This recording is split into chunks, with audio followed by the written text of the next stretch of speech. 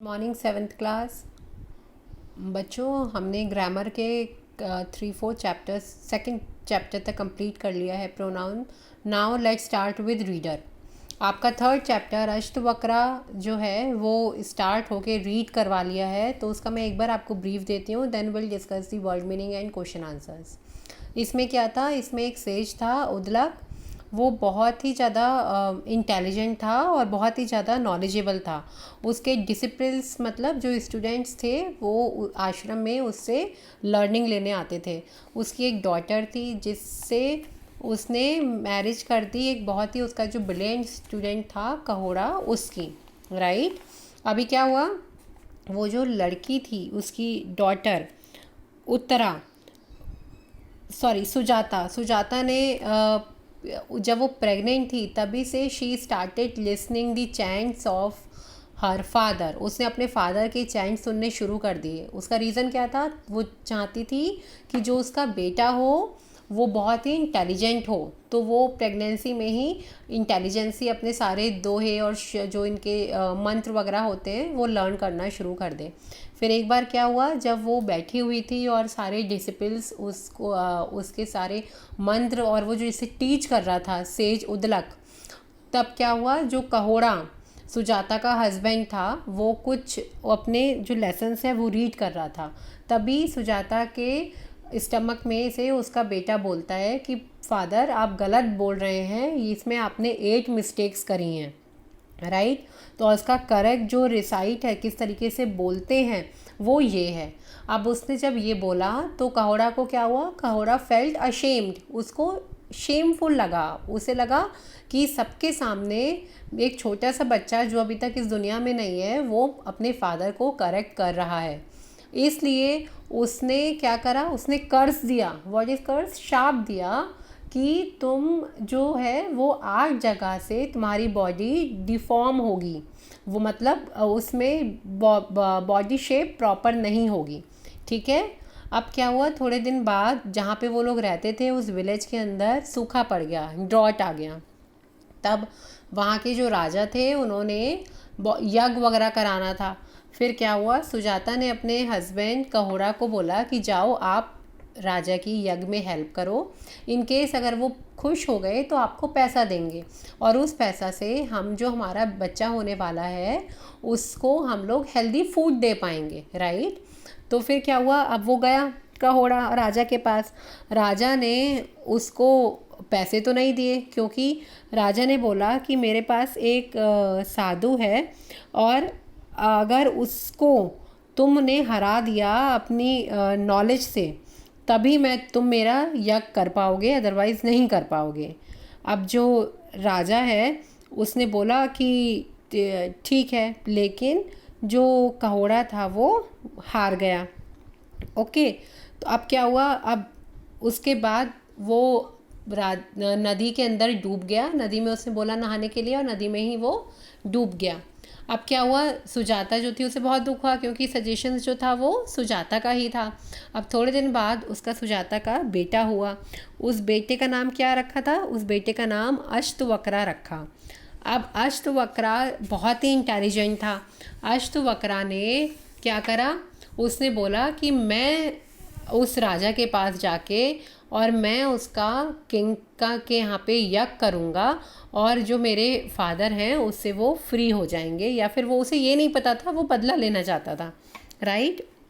फिर क्या हुआ, अब किंग ने अष्टवक्रा को पहले देखा कि ये तो छोटा सा बच्चा है और इसकी बॉडी शेप भी ठीक नहीं है, तो उसने बोला पता नहीं कैसे करेगा। लेकिन राजा ने, किंग ने वही बोला, किंग ने बोला मेरा जो सेंट है बंडी, आप उससे पहले अपनी नॉलेज को शेयर करो, जो भी विन करता है फिर वो उसी से ही मैं अपनी पूजा करवाऊँगा।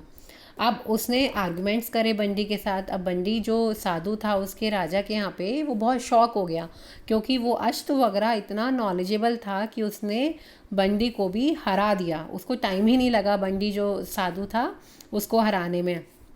अब उसके फादर जो थे, अष्टवक्रा ने क्या बोला, अष्टवक्रा ने बोला कि मेरे फादर को तुमने पानी में डुबो दिया है, ठीक है। तो उसने बंडी ने बोला कि मैं जो हूँ, मैं भगवान नदी के जो भगवान होते हैं वरुण, इंद्रदेव, उनका बेटा हूँ, और उन्होंने ही मुझे बोला था कि 12 साल के बाद एक यज्ञ होगा और वो एक बच्चा कराएगा, तो तुम वही हो और तुम ही कराने आए हो, और तुम इसके अंदर पानी के अंदर डूब के एक बार you take a bath in that river और तुम ठीक हो जाओगे। फिर इसने बोला अच्छा ठीक है। फिर उसने जैसे ही डुबकी लगाई और रख किया, तो जितने भी साधु उस पानी नदी में डूबे हुए थे वो तो वापस आ गए, और उसका फादर, अष्टवक्रा का जो फादर था कहोड़ा, वो भी वापस आ गया। ठीक है, तो now this is the crux of the story, जो हम already word by word, line by line हम स्टोरी पहले की क्लासेस में पढ़ चुके हैं। Will discuss the question answers in next class. First of all, what we will do, we will write down the word meanings. आपकी book के word meanings बहुत ज़्यादा हैं, जो कि अगर आपने लिख लिए हैं तो वेल एंड गुड। और बच्चों, आई वुड रिक्वेस्ट कि प्लीज़ आप बुक ले लो अपनी, ताकि आपका बुक कोर्स काफ़ी चल रहा है, and then will start with science and some other things. आप अपनी बुक से पढ़िए जिससे आपको हेल्प हो जाए, अदरवाइज़ आप इससे आपकी जो नोट्स हैं, एक टाइम के बाद इतने नोट्स बड़ी क्लासेस में नहीं देंगे, तो हम जो है वो बुक में ही टिक लगाएंगे। ओके, तो हमारे स्कूल के स्टोर रूम खुला है, you do the call on the given number और आप अपना बुक सेट ले लो। ठीक है, now discuss the word meaning. First, epic. Epic क्या होता है? A long poem about the action of great man.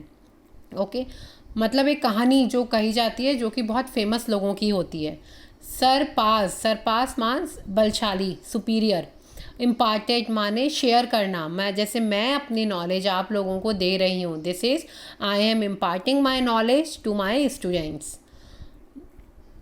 Next is defiance, means open refusal to obey someone, किसी बात को ना मानना openly. Next, ambitious, means ambitious का क्या मतलब होता है कि जिसके अंदर बहुत इच्छा हो सक्सेस पाने की। वाइटल, वाइटल मीन्स जो कि बहुत इम्पॉर्टेंट है जीने के लिए। Outburst, a sudden strong expression, जैसे एकदम से बहुत ज़्यादा इम्प्रेशन में कोई आप अगर कोई भी व्हाट यू कॉल, अगर कोई भी आप फेस एक्सप्रेशन देते हो या फिर कोई भी आप सेंटेंस बोलते हो, जब आप बहुत ज़्यादा स्टॉप करा जाता है आपको किसी भी, चाहे खुशी हो दुखी हो, that is outburst. Next is urged. Urged means कि बहुत कोशिश करना, ट्राई हार्ड टू परसुएट, अपने सक्सेस को पाने के लिए। Embraced means hugged. Amends, do something to show that you are sorry for a wrong action. एमन मतलब कि आप शो करना चाह रहे हो कि हाँ मुझसे गलती हो गई मेरे गलत एक्शन के लिए। Students, you do right this word meaning in your copy. इसका मैं भेज रही हूँ आपको पेज। इसके बाद next class will discuss the question and answers, and I will dictate you, or probably I'll give you for the homework, right? Then we'll see in next class. Right now you just need to copy it down in your fair copy. Good day, students.